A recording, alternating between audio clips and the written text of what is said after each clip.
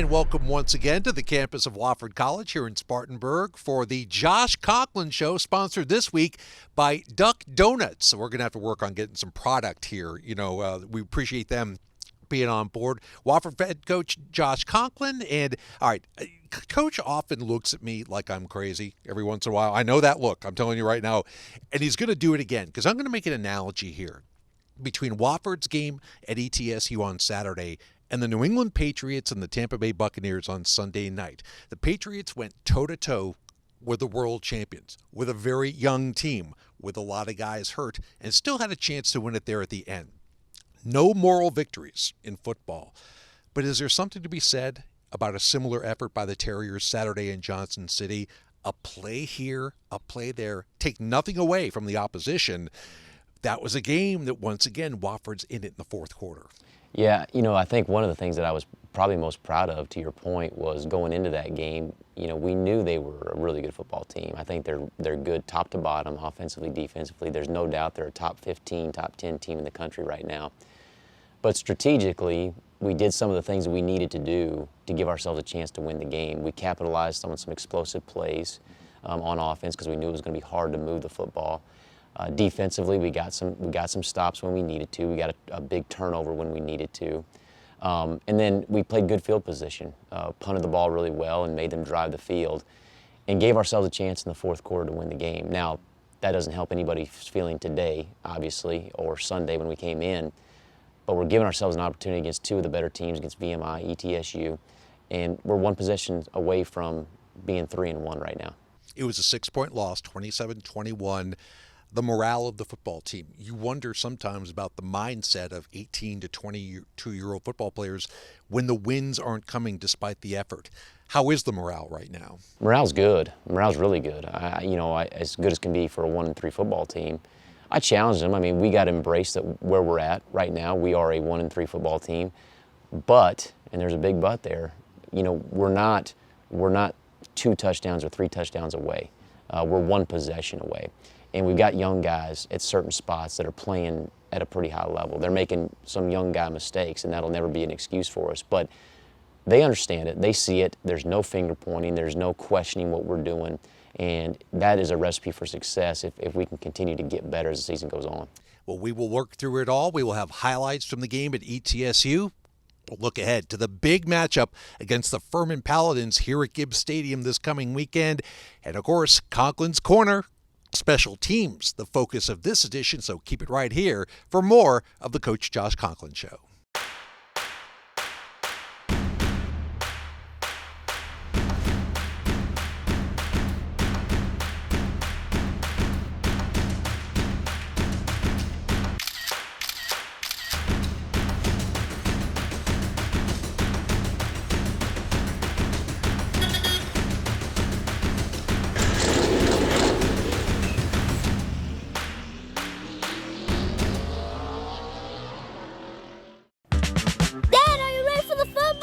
Why is that man wearing face paint? What's the e-ticket? Can we get popcorn? Can we get funnel cake? Can we get ice cream? How many steps are there? What's offside? Why is that car a trough? How tall is that light? How cool is it? Can we come again? We sure can. Football season, the best time of year, no question. And welcome back to the Coach Josh Conklin Show, brought to you by Duck Donuts. One thing you've noticed during these coaches shows is we always give credit to the opposition. And VMI, quality team a couple of weeks ago. ETSU, heck, they're 5-0 now and doing great things there. You have so much respect for the other coaches in this conference, and they do for you too. When does that go away? You guys see you on the field and you're shaking hands and things like that. And then, man, as soon as that opening kickoff, they are the enemy and you want to kick some butt, don't you? No, you do. I think respect is one thing, but then there's obviously the competitive part too. And I think you respect guys that are going to make you have to compete at a really high level. Talking to Randy Sanders, for example, before the game, I've always had a respect for him, and in terms of as an offensive coordinator, he makes you make adjustments. I hope he thinks the same thing about us. But he's a challenge, and I think you respect those guys, and you want to go out, and it feels that much better if you can beat them. All right, heading into Saturday, the week of practice with the quarterbacks. We knew Jimmy Wyrick still had that thumbnail that was torn off against VMI. Peyton Derrick, the week of practice. Peyton Derrick gets the start. Tell us why. Well, during the week, Jimmy had a good week of practice, but the thumbnail was affecting the flight of his ball when he was releasing it, his accuracy, and just didn't feel comfortable with him throwing the ball like we needed him to, and that he had shown just with that injury. He's a little bit banged up with his knee as well. So we just felt like it was Peyton. Peyton had a good week of practice. He was going to give us the best opportunity to move the football and win the game for this week. And as always, we'll start a new week on Tuesday and compete for the starting job against Furman. All right, it was a big crowd, great atmosphere in Johnson City Saturday. Here are your first half highlights: Wofford and ETSU.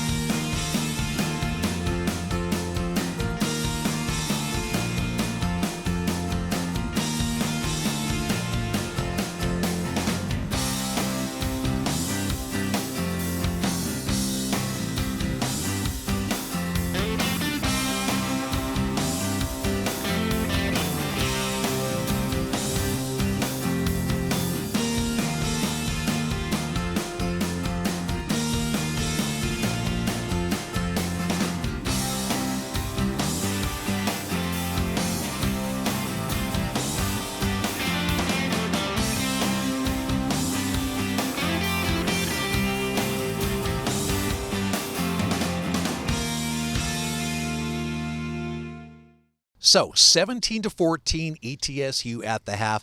Boy, offensively, not the consistency, not the third down conversions you wanted, but some big chunk plays were made to keep Wofford in it. Defensively, I know you wanted to get out of the half without that scoring drive just before halftime, but overall, first half effort, what did you think? Really good. I mean, I thought, after the first drive that they had and they scored pretty quickly and pretty easily, we kind of rallied the troops. We made some adjustments on the sideline. We settled into the game, and then we had a touchdown. But no, I was happy with the performance. I thought going into half, that was a good situation we were going to be in. I thought that was how the game may play out, and I knew it was going to be close in the fourth quarter, and it was. All right, well, we will take a quick break. When we come back, second half highlights. It was a wild one. Keep it right here on the Coach Josh Conklin Show.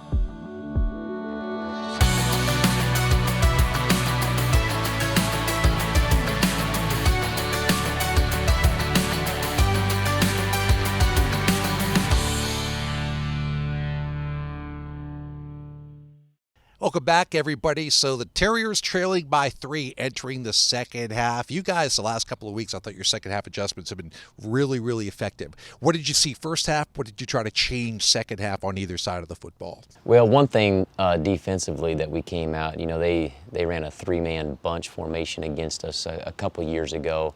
They went back to it.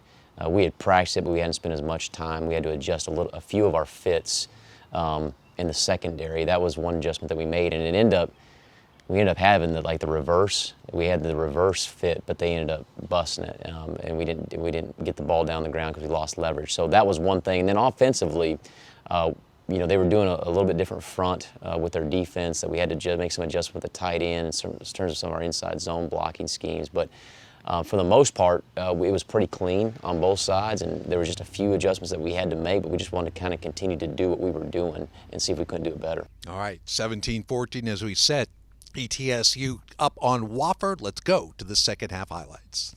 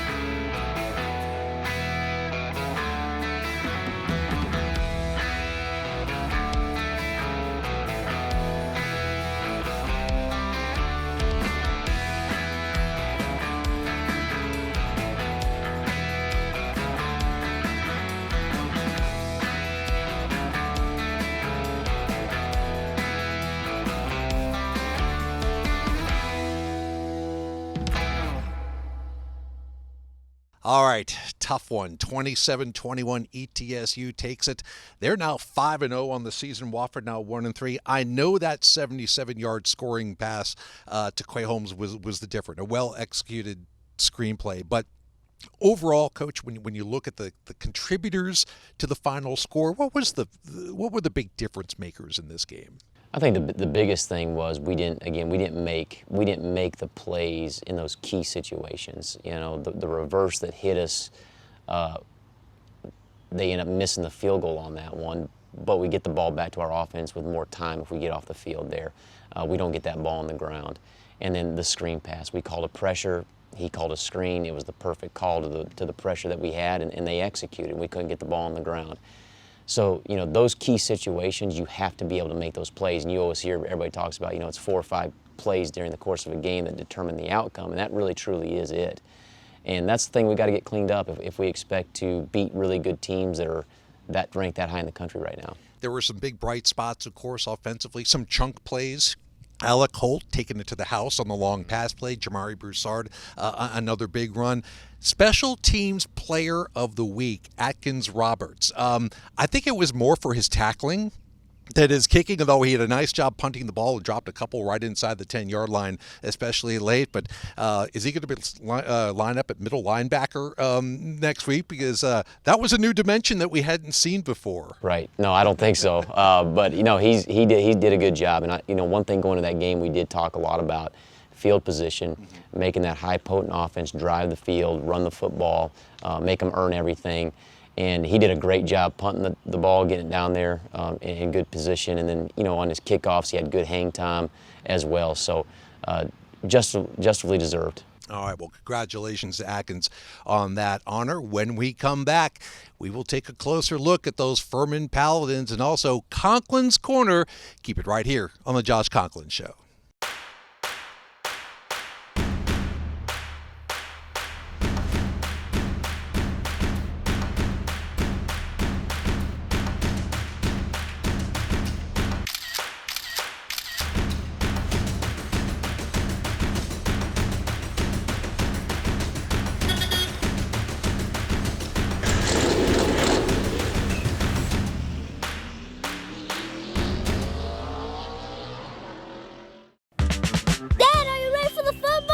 Why is that man wearing face paint? What's the e-ticket? Can we get popcorn? Can we get funnel cake? Can we get ice cream? How many steps are there? What's offside? Why is that car a trough? How tall is that light? How cool is it? Can we come again? We sure can. Football season, the best time of year, no question. And welcome back, everybody. Before we get to Conklin's Corner, I want to ask about Conklin's coaching staff right now. And first of all, God bless B.J. Connolly, the tight ends coach, because if B.J.'s not out there, I'm the oldest guy on the field. So whatever happens, B.J.'s got to stay out there because otherwise I'm really going to take it personally. But all jokes aside, you got very young coaching staff, young coordinators, young position coaches. How does that evolve? Do you have to take more of a supervisory role rather than kind of let everybody kind of do their thing? Do you have to micromanage a little bit with such a young staff? I try not to micromanage. I want them to be able to coach their position group and coach their side of the ball. But, my job as a head coach, I feel is to navigate the landmines and make sure that we don't put ourselves in bad situations on defense and on offense, and I provide suggestions on all sides of the ball. But I believe that if you find guys that are passionate about what they do and they're smart guys, I don't really care about the age as much. Now, that does become a factor at times when you're talking about going against experienced coordinators and making adjustments, and I think that's part of the growth that we're seeing with like on offense and defense with younger coordinators. But they can get the job done, they'll do the job, and again, they're sharp enough to do it, and they love football, and they spend whatever time they need to get the job done. All right, speaking of coaching, that, of course, is the focus of Conklin's Corner. We look at special teams at ETSU. One thing that I've been really happy with so far this season has been our operation on special teams. I think we've done a really good job of coaching this up and getting guys in position to make plays and impact the game in a positive way. One area that we have struggled at times is the kickoff coverage unit. Did a pretty decent job except for the first one on Saturday, but I want to point this out and just kind of take you through some of the coaching points when we are going in kickoff coverage. The first fundamental in kickoff coverage is obviously, being able to get this thing timed up, and when the ball's being kicked, having everybody hit that line at full speed. This isn't too bad a job. We got some guys that are a little bit late and a little bit behind, but as we go down the field and we cover the field, you have kind of your first wave of defense. So as you guys look at it right now, you have your first guys that go down, and you're trying to create, like, that would be almost like your defensive line. And then you have your next group, which is kind of your linebackers, and then you have your third group back here, which is your safeties. So really anybody that runs a kickoff coverage unit, you're always looking at three waves of defense that you're trying to layer as you cover the kick. Now, the first thing that you have to do is you have to get a great kick, and typically we would like to put this kick, somewhere around the 5-yard line, between the sideline and the hash. This is a little bit shorter kick, but the hang time was decent. We want to beat everybody with speed through the first 20 to 25 yards of the kickoff. We don't want to throttle down. We want to beat guys with speed. So I want you guys just to watch this player right here. Okay, just watch him as he covers the kickoff. Beats that with speed. The first line there, the first block, we call that a rip technique. Okay, over the top and through, and then is able to take a shot here on the ball carrier. Really good fundamentals. Now, once we get within 15 or 20 yards of the football, 15 yards of the ball, we want to start to throttle down, and we're going to start to work, the contact zone or the attack zone. You got the speed zone, and then you got the attack zone or the contact zone. So now we've got to throttle up, and we got to start taking on blocks and working the two gap. I thought this was a great job of getting good extension on the blocker, and then being able to tear off and get in and make a play. Good job by the second layer here, number 3 coming down, Jaheim Hazel, and him making a play on the ball carrier as well. So this is what we got to have more of. Got to do a better job of covering on the first one, but I thought for the rest of the day, our kickoff coverage is pretty decent. All right, well, hopefully we'll see a lot of that out here at Gibbs Stadium on Saturday, 1:30 p.m. kickoff. Furman comes to town.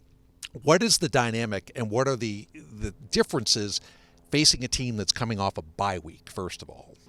Yeah, you think a little bit about that. They've had 2 weeks to prepare.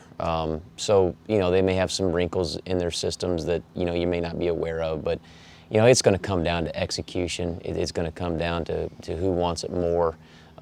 You're looking at potentially having two teams that, are looking for their first conference win. And so, to me, it's just about, it's a conference game. It's a rivalry. And so the guys will be excited. They'll be ready to play, and they'll be back at home, which we haven't been here for a while. They have had some issues scoring points. They've got a great running back in Devin Wynn. They've got an experienced offensive line. Is it just a matter of maybe they're having the same things that you guys are, execution at key times? What do you think about their overall talent level? No, I think they're good. Like you said, I think the O-line is good. I think the quarterback runs the offense well. They just haven't executed well enough to put points on the board, but they're very capable of doing that. And that probably will be the most important thing for us in terms of they've had 2 weeks to look at some things, self-scout themselves. We'll have to be ready to go. And, again, we have to score some points. We've struggled as well, and we don't want it to be a 10-10 game, if at all possible. It is Furman. Does it just mean more?